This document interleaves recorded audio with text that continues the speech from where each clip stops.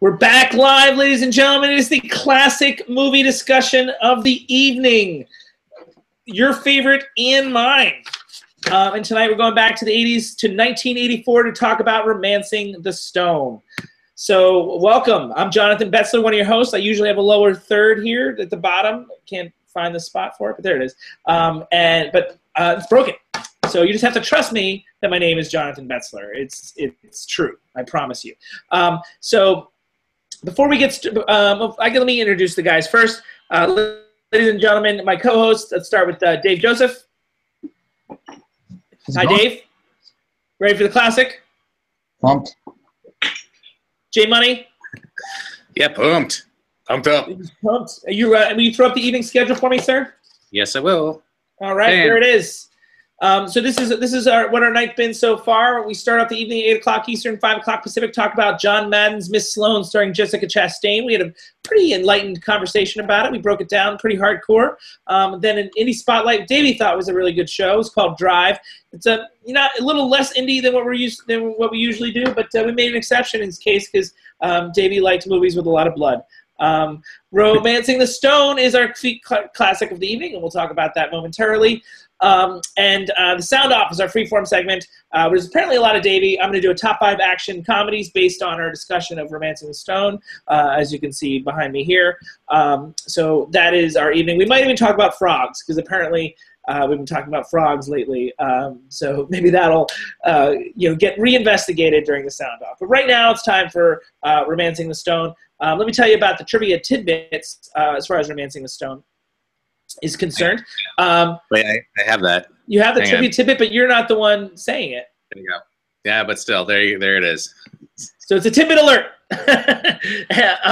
and I'm giving you the tidbit, and it's as follows. It's the second film I mentioned in the last broadcast. My tease was the second film from the same director in the last 3 shows. In episode 34.3, we talked about Forrest Gump, also directed by Robert Zemeckis. On the Facebook trivia question was that a 2011 remake of the film was discussed and at one point cast with Taylor Kitsch and Katherine Heigl in the starring roles. That's crazy. What's that? That's crazy. I mean, I can see it. I totally can see it, but still, that's crazy. Can you? Michael Douglas was still, even as early as 7 years ago, was trying to get a. I lost myself here. There we go. I'm back up. Still trying to get another sequel off the ground. I think it was "Racing the Monsoon" was the title. So yeah, David Joe's impressed with that title somehow. All right, so let's go to the next photo, and I'll start working on some summaries stuff, and we're going to summarize Romancing the Stone. There's the map, the famous map. Cool. Yeah. So. Anyway, romance novelist Joan Wilder receives a mysterious package one day that includes a weird map that you see in front of you. And for those of you on our audio podcast, it's a treasure map. Her sister, Joan Wilder's sister in Colombia, is suddenly taken hostage, and Joan realizes that the map is the key to her survival. The very city-bound Joan must then travel to the jungles of Colombia to deal with some unsavory characters to rescue her sister. Once she hits Colombia, she runs into a wanderer, Jack, who comes up with his own plan once he learns of the map and offers to follow Joan down the proverbial rabbit hole. I'm a little frozen here. There we go. I'm back. So I had a screening of this December of last year, a year ago today. Can we get the next photo up, actually? Okay, what's the next photo? Because the next thing should be this, yeah? Yes, you're right. So it's I'm moving a little faster than you're right, but I'm moving right along. Forgive me, Forget Your Sister, if you could. Okay. So the next photo is up now. There it is. All right, cool. So anyway, so I screened this a year ago. This month, December 2015. The enjoyment was high. There was laughs and smiles throughout. The phrase "entertaining" kept being used. From that screening group. I'm curious. These guys rewatched it. Have you guys both seen it before? Yep. Yeah. Okay. J Money, you're up first. If you can take the photo down and tell me, rewatching it, what did you think? It holds up for me personally. I mean, it was a movie from my childhood in a certain way. like other movies that we might touch on this evening were in my childhood, and I just found myself still really enjoying it, cheese and all. Cheese and all. Davy Joe. Yeah, I liked it. I still like it a lot. I think it maybe isn't quite as great as I remembered it being. I might be with Davy Joe, believe it or not. I think it's fun, great direction. I think it's a really sign of a really burgeoning young director, and we'll talk about that in a second. At times, it's pretty corny, contrived, and not very impactful. But let's start with the positive. Let's start with direction, if we could. I mean, like, eventually, we got more Zemeckis films coming up in 2017, so we'll do a top 5 Zemeckis later on.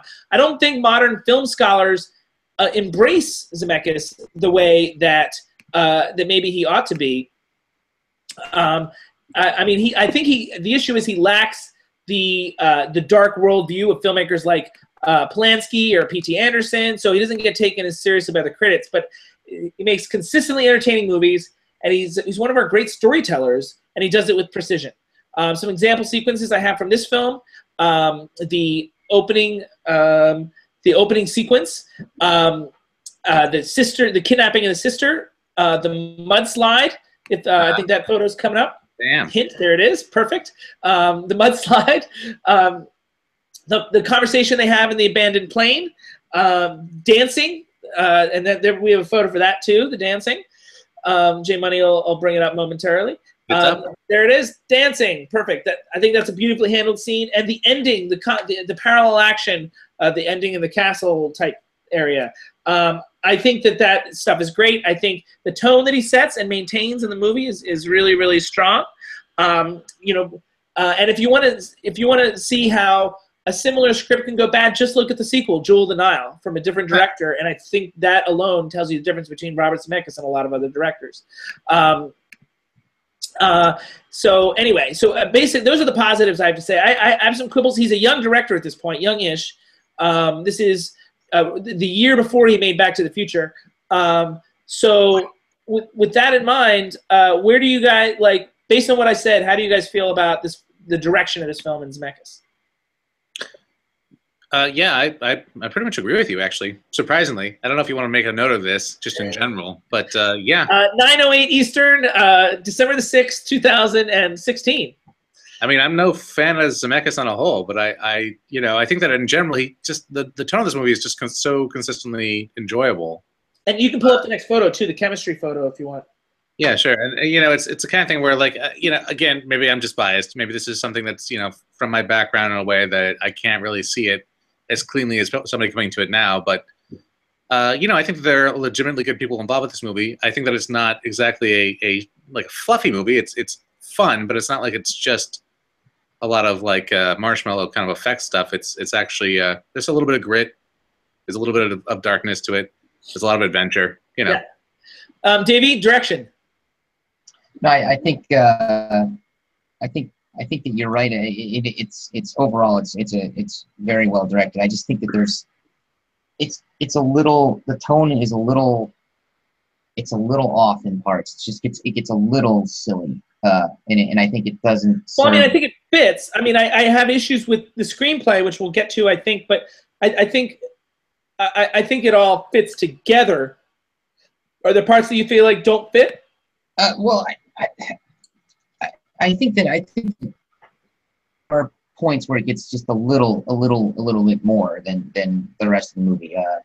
Little what? I'm sorry, I missed it. It just gets to be a little bit more than the rest of the film. I think that it's always sort of in that vein, but then sometimes it just kind of gets to be a bit much. Okay, and that brings me to some of my negatives. And J Money, if you can bring up the next photo. So I mean, certainly the cheese factor is like in this movie, like he dials it down with each movie. But even Back to the Future has some of these moments, that are a little cheesy. The lack of depth, I think, is one of the things that he's still dealing with here. I mean, his most you look at his most recent movie, Allied, that just came out, and lack of depth is no longer an issue. And even the Walk from last year. And the framing and the camera work pays so much attention to them, but I do feel like he's doing it in such a way that's hindering performances. And Kathleen Turner used to talk about that to some degree. And I feel like that is that's something that young directors like get better at. But anyway, that's what I think about that. What do you? So those are some of my quibbles with the direction. But my issues with the film, I think, lie mainly with the screenplay. But in terms of like things that Zemeckis could have been done better, a lot of them are all young director mistakes. Mistakes is a use loosely. Jay Money, what do you think? Yeah, I mean, it's is it a good movie? I don't know. I really can't say. Is it a fun movie? Yeah, it's a lot of fun. Yeah, and that's basically what our screening audience. That sums up what our screening was saying. Yeah. I mean, I think to your point about like Zemeckis and cheese, I think that his cheese actually ramps up from here. I think that I would say that Back to the Future is actually cheesier than this movie is in a certain way. And I might say that's where my issues with Zemeckis are in general, throughout the 90s, for instance. But I also feel like it doesn't necessarily bother me as much in this one, maybe because it's offset by some stuff that seems appropriately cheesy as opposed to just kind of like over the top, maybe because I just really got, involved in the characters, and I guess I would credit Zemeckis for that, for like the way that he handled Douglas and Kathleen Turner there. But fun little tidbit is that when they saw the first few when they saw like the final cut, he was on board to direct a movie called Cocoon, and he had started work on it, and they hated Romancing the Stone. Studio hated Romancing the Stone so much that they fired him from directing Cocoon and hired Ron Howard.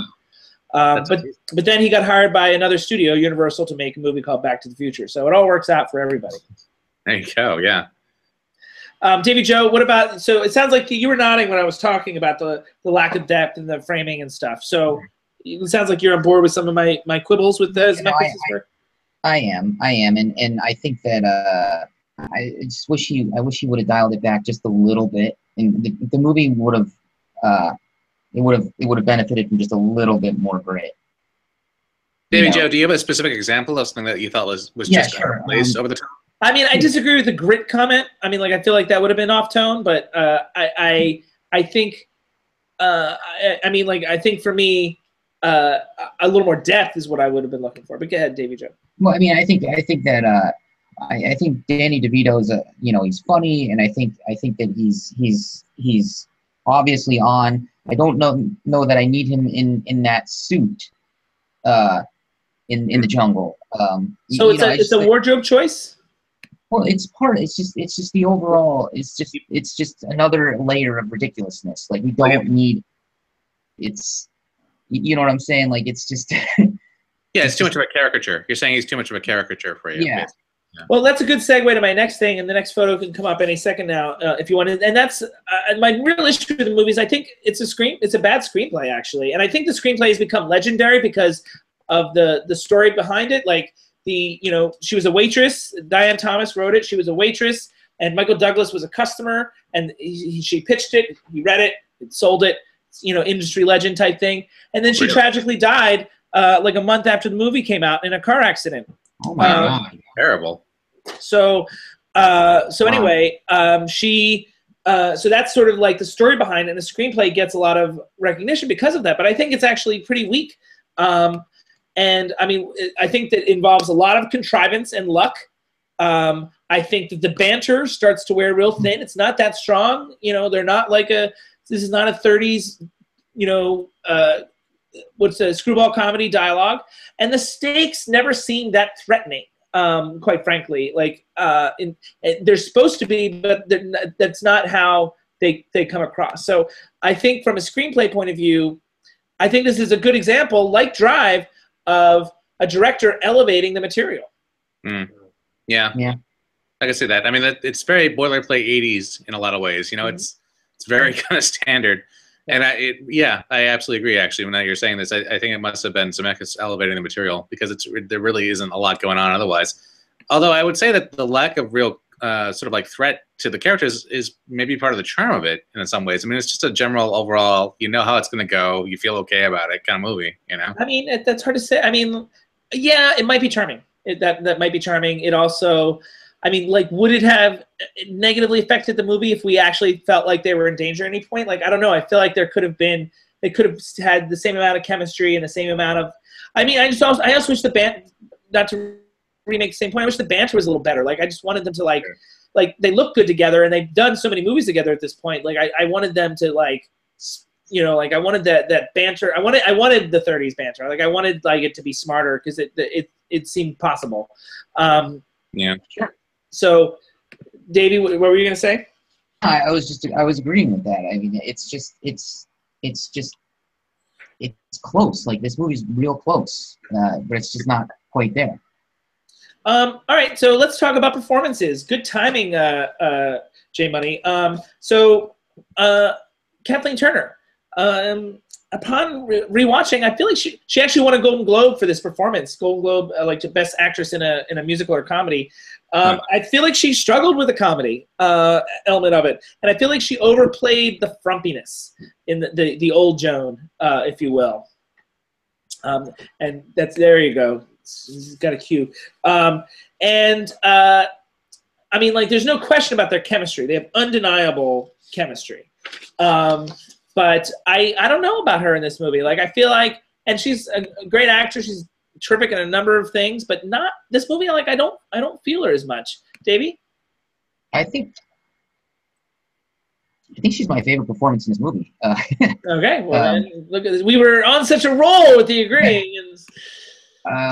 So I think that she also kind of has I think she has the best part. I think she's the one that comes the longest. Well, she's got the arc for sure. Yeah.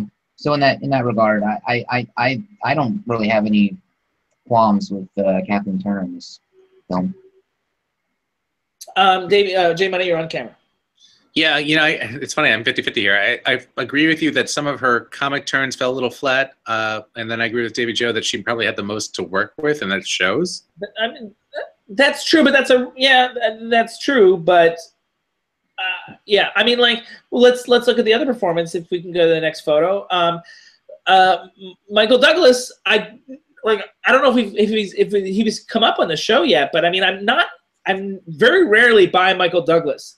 But I do feel like he's fairly at ease in the character of rogue Jack Colton here. I think he channels like these 50s movie stars and does a nice job balancing the romance and the greed, thing. I think for me, he's the performance of the movie. He's a lot more interesting to me than she is. And I mean, like, it's a movie that requires charm, and that's something he has in spades. So I actually like him a lot more, and I feel like he seems a lot more at home in this movie than she does. Yeah, I mean, I totally agree with that, certainly. But I also feel like he is playing a pretty straightforward character type. I mean... Yeah, I mean, and he produced the movie, you know what I mean? Like, he knew what he was getting into, like, and he helped shape it. So, I mean, like, it stands to reason. Yeah. I mean, it's like cheating. Well, yeah, but also it's like he fits it like a glove. I mean, he was born to play that character in a lot of ways in that time frame, at least. I mean, I think so. Davy Joe, you're going to disagree with me? No. It's. I guess it's just a matter of degree. I thought he was fine. I don't know. It seemed that you know what it was is it's probably the silliness again. There's just times like when he's like swearing about the birds and he's walking around the Jeep. It's just a little too much for me. It's just a little overboard. Okay, well, I mean, I disagree with about the birds part. I mean, I think he handles that. That could have been too much, and I think he handles it nicely. But if you want to talk about, cheese, let's go to the big cheese, if you will. And Mr. Danny DeVito. I feel like I timed that picture perfectly. He's the comic relief, obviously. Davy Joe really hates this shirt and tie idea. Yeah, I do. Well, we'll have to talk. I don't remember who the wardrobe person is. Is it Joanna Johnston who did the wardrobe? He's over the top. There's no question. And it's like, it's funny though. If you look at the old trailer is all him, and talking to Ira on the phone, like and they cut. It's a phone conversation between him and Ira, and it's just him. And then they cut scenes during the phone conversation. Do you guys relook at the trailer for this? I meant to post it. No, that's interesting. Is that because he was just the popular star at the time for some reason, or? I think the studio thought it was a crappy movie and they couldn't figure out how to sell it. And, I mean, like, I think that was the theory. I don't know, but I mean, so you know, like I admit I can't wait for those scenes to be over when it's just him. I mean, I acknowledge that. You know, but I mean, like, it's not enough of a detriment for dislike of the movie. Like, they're not my favorite scenes. I don't enjoy them as much. They're sort of like extra, and I'm like, okay, let's move past this. That's how I feel about the Danny DeVito scenes, which is part script, but he really hams it up from a performance point of view. Davey Joe? No, he does. He does, and you know, that's I think to your point earlier this evening, some of that's direction. You know, or, maybe, I mean, like, honestly, in this case with the young director, I actually feel like it's a director. It is direction in the sense that I don't think he had the balls to really rein him in. Balls is probably a strong word, but let's say like experience. This is coming off. I'm guessing Danny DeVito was a pretty big star at the time. Taxi, having been a pretty big. And I mean, he was also in Terms of Endearment the year before. Yeah, so you know, maybe you're right. Maybe he just didn't. He was just going to let him do his thing and cash the check. Well, I mean, I think Zemeckis really wanted it to be a good movie, but yeah, I mean, I think they really felt like DeVito was the key. I mean, and again, he hams it up even more in Jewel of the Nile. Anyway, J Money, Danny DeVito comments? Yeah, he is one giant hunk of cheese in this movie. You know, his wardrobe and his demeanor doesn't necessarily bother me that much because I just kind of take it in stride. And it didn't bother me at all. Yeah. Yeah, it's fine. I mean, I was too busy waiting for the scenes to get over. You know, I mean, like, the good news is, I mean, like, if you really look at it closely, and I'm going to give Zemeckis a lot of credit here, but if you do look at it, for the most part, DeVito's scenes, like, there's only a handful of scenes that are just him. He's usually like inserted into scenes where other things are going on. So he's usually like a small part of something larger, and it's almost a clever way to sort of like minimize his impact. I will say this: like, we're watching it now, like years after I've seen it before. It didn't bother me as much as when I was a kid. I remember distinctly as a kid being incredibly bored by him, and this time around I was like, this is okay. It's almost kind of the same way I felt about. I'm trying to understand the difference between incredibly bored and that's okay. I mean, what's the? Well, as a kid, I felt like he was just so out of place in this movie, and I was kind of like, I didn't care about him because he wasn't like an adventurous guy. Talk about bored. Every time I cut to Davey, he's yawning. Anyway, so the last thing I wanted to talk about with this movie, and it's an underappreciated thing, and it's an underappreciated guy, is, and I don't think I have a photo for this plan, but no. The composer. Alan Silvestri is a highly underrated composer. I think the score is great. And I think he gets underrated because for the most part, he almost exclusively works with Zemeckis. He did do Captain America, the first one, the first Avenger. But right. I mean, like, if you think about, I mean, the body of his work with Zemeckis, I mean, I think this is great. Back to the Future is an amazing score. Forrest Gump is his best work as a score, and we talked about that a little bit. I don't think we talked about the score in that episode. No. Maybe we did. I don't think we did. So anyway, you know, I wanted to take a moment to recognize Mr. Silvestri. I think the score is terrific. It's very memorable, and it's very different from Back to the Future, Forrest Gump, and I think it's a perfect complement to the action. Gentlemen, score. Yeah. He seems to be very good at like scoring action and adventure, just in a general sense. I mean, I guess there's a sense of like awe and whimsy in his scores. If you think about Back to the Future. Oh yeah. I mean, in a way, it reminds me a little bit of Elfman. I mean, I think that there's a quality to it that's kind of self-aware about what it's talking about. So Elfman, I always feel like there's a sense of macabre. Elfman's like the goth end of this stuff, but it's just in the sense that it's also kind of like sing-songy and aware and along for the fun part of it, you know. Yeah. No, for sure. But I mean, like, but then I point to Forrest Gump again and look at Jenny's theme, like the romantic theme from sure. Forrest Gump, and even the romantic theme from Back to the Future. Quite frankly, there's, you know, like it's a very classical sense of you know, music composition for film. I mean, like it would have its place in the 50s or 60s, you know, but I think it's there's heart to it. And in that sense, he's a perfect complement for Zemeckis. You know, like there's hope, I feel, in this movie. Yeah. I mean, to your point, I mean, I think that he is influenced by the Romantics. I mean, he's like a romantic composer, basically. But things change up for Romancing the Stone a little bit because there's the sense of there's a whole sense of Columbia as a part of the score. Sure, there is that. They bring in elements of the culture and of the sound of that. And yeah, that's cool. It wasn't appreciated, but. Davey, you're nodding. You haven't said a word though. I agree with you about the score and Silvestri in general. I think that there are.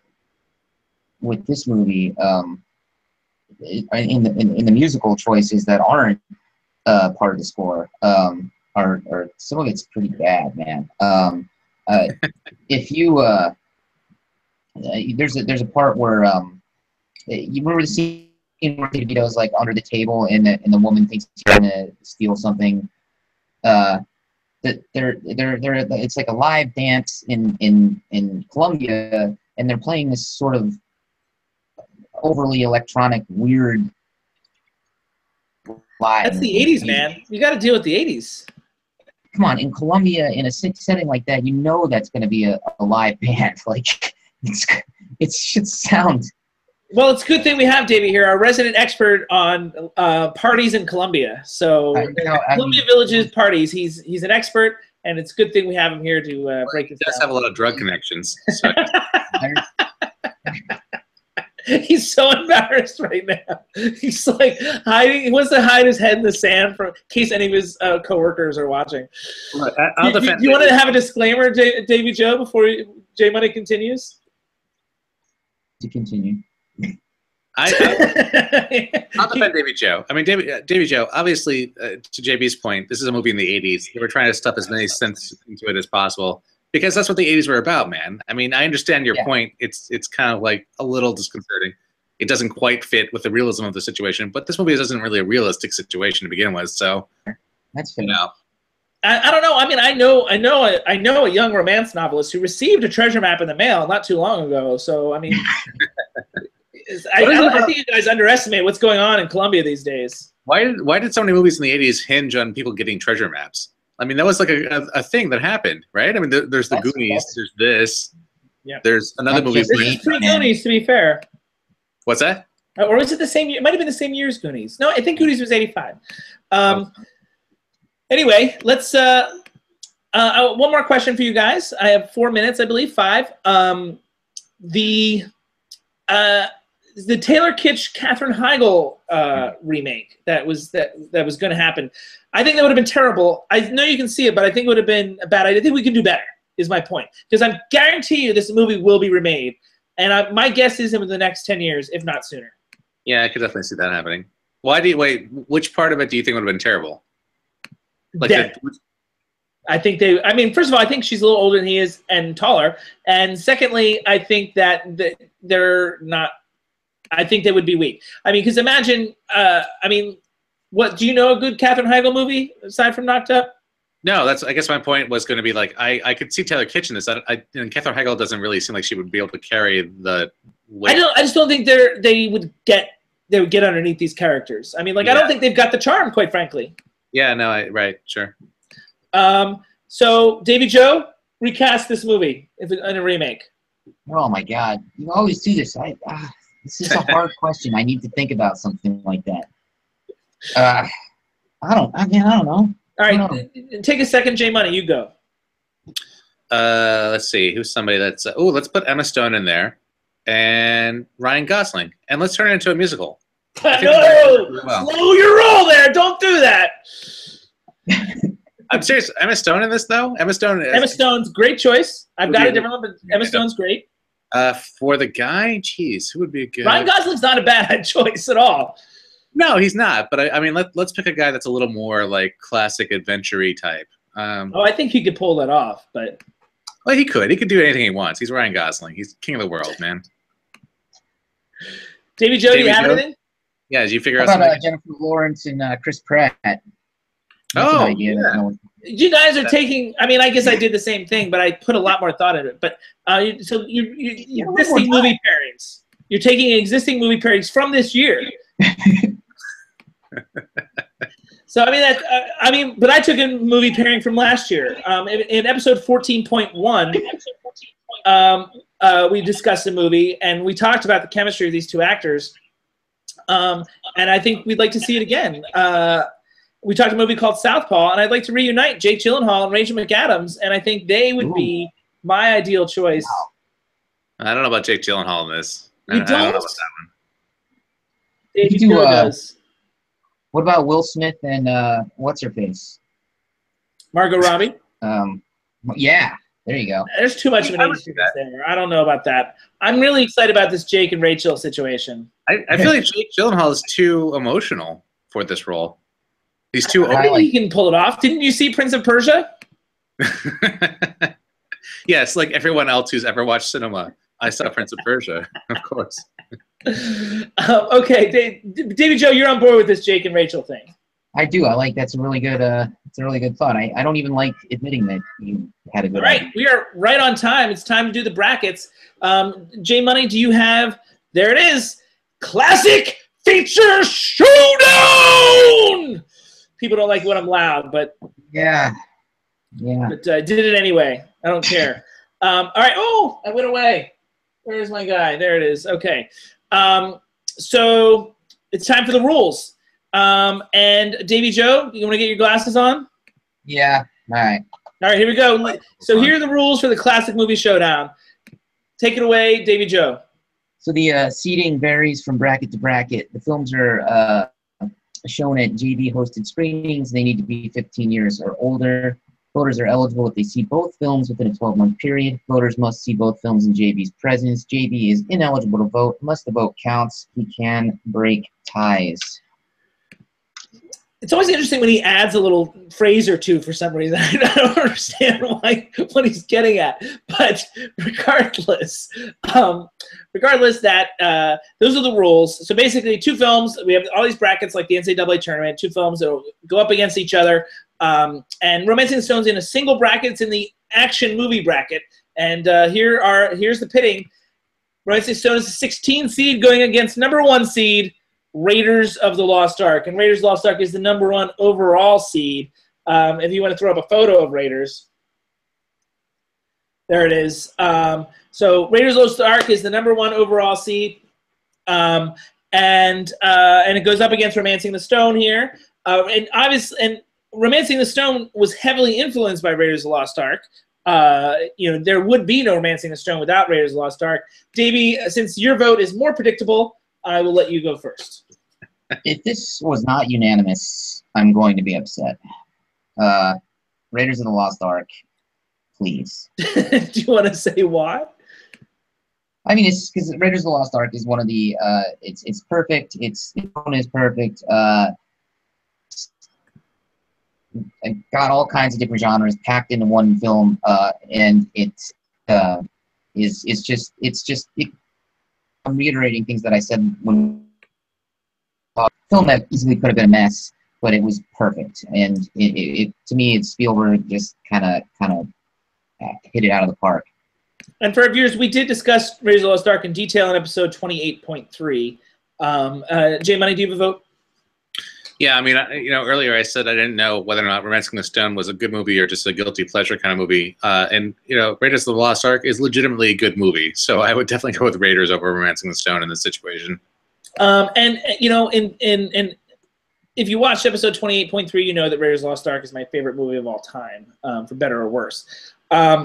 And so let's reveal the winner at this time. And it was Davey unanimous. Raiders of the Lost Ark. And I mean, like this, it's tough for a 16 seed to beat a 1 seed. It's only happened twice in all the brackets. I think we've talked about it. I think in the best films not nominated for Best Picture bracket, I think we had a victory there. The Shining, it was a number 16 seed that beat the number 1 seed, The Searchers, which I know Davey's upset about.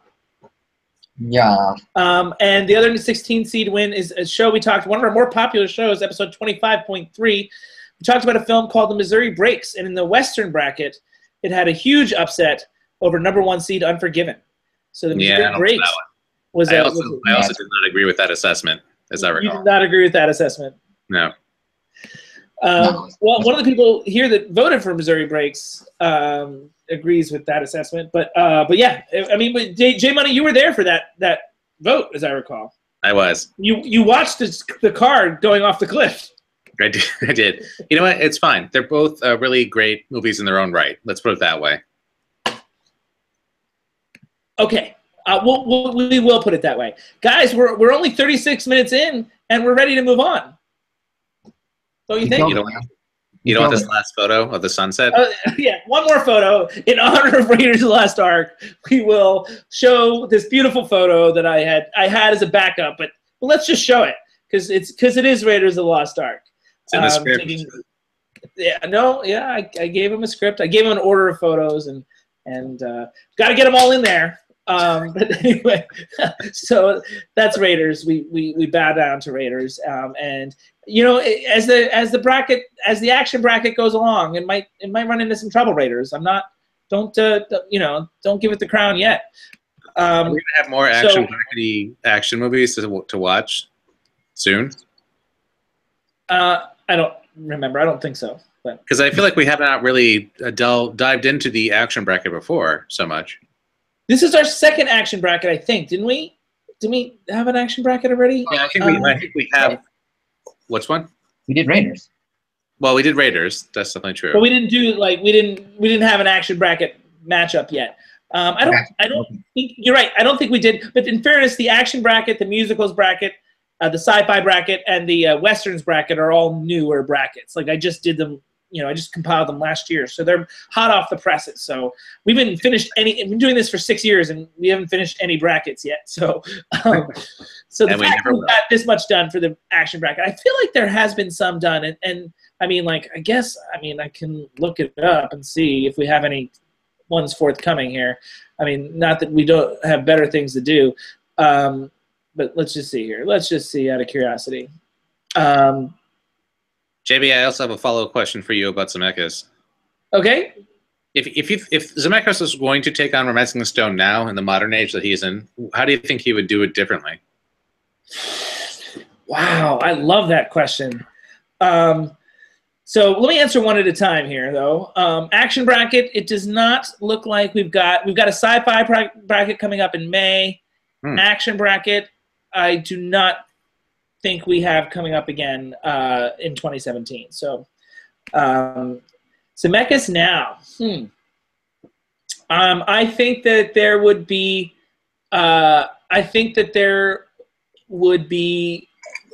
more of a balance. I think the stakes would be higher. I think that there would be less trying to show off with the camera and the framing. I think there'd be a lot more. I think that as a result, the performances would be better. Yeah. So I mean, like, I'm shooting from the hip here, but Davey, how do you feel about that answer? Well, I think that I think the performance is a good point. I think clearly, Tom Hanks won an Academy Award. What's that? 10 years? 10 years between the two films. Exactly. Yeah. So, He but in the interim, he also made Back to the Future, and right after Back to the Future, there was shortly after Back to the Future, there was lost train of thought.